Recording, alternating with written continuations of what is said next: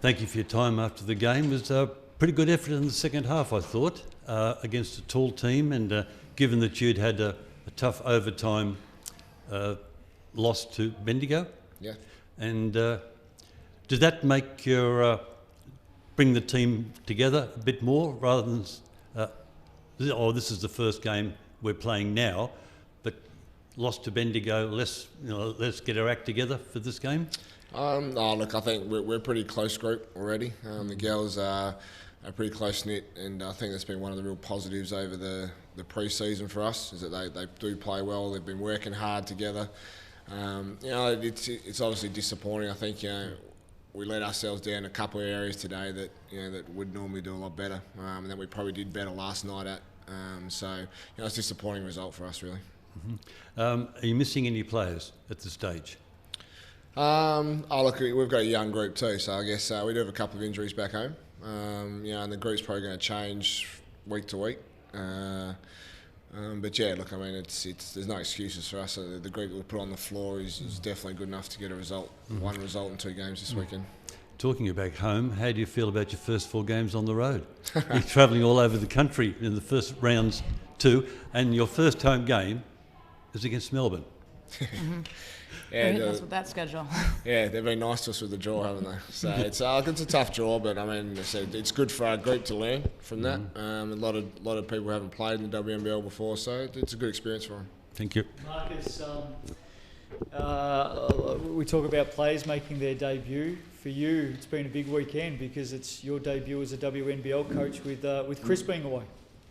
How do you feel? Look, it's a tough weekend. You go home 0-2, you don't feel necessarily great about it. But we've been pretty proud of how the girls have approached the weekend, and our effort levels and our work rate have been good. It's just our execution today that probably let us down in areas. So, we're disappointed not to get results, but at the same time we're happy with a lot of areas, and there are a lot of positives to come out the weekend.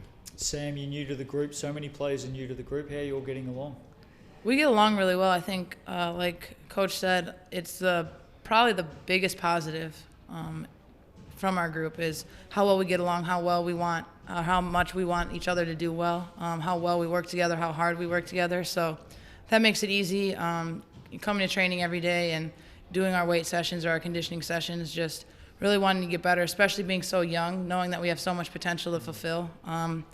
Again, as Coach said, disappointed with 2 losses. I'm probably the worst loser on the entire planet. I'm terrible at it.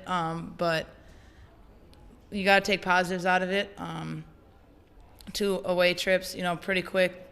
2 games in less than 20 hours is pretty tough to start a season on. But like he said, again, we just had to take positives out of it and try to grow in it. What do you think of the atmosphere here today? The big crowd here for Melbourne, and certainly plenty of noise. Oh, for sure. I mean, it's a great crowd. You got to love playing in front of crowds, even if it's an away crowd. Just having the energy in the gym always makes it fun. Even if you're the away team, I think it's great just for women's basketball in general to get people out and see the work that we put in and, Melbourne puts in. It's worth seeing to me. I'll always love watching basketball. So it's awesome that you guys definitely get a crowd. And Colleen Planeta's been playing in Australia for a few years now. She gets her first chance at WNBL and makes her debut this weekend. Yeah, she did. I think she was excited about it, just taking it to that next level. She was playing in the Big V for 3 years, winning MVP there for 3 years, which is pretty impressive. But like I said, just taking it to that next level, and she's a huge part of our team, stretching the floor for us, doing a whole bunch of things. So we are obviously excited to have her, and along with everybody in our group, just using their strengths to make us better. And Marcus, Chris comes back in this week. What will the report card be like when you go back and debrief with him? Like I said, he'll be disappointed that we didn't get a result, for sure. He's a competitive coach as well. So, but I think, like we said, the girls played their hearts out really for us this weekend. And today's always going to be tough. Again, we don't make excuses, but, it was always going to be a hard day for us to maintain 4 quarters. I think the girls did a great job in the second half, taking that into account.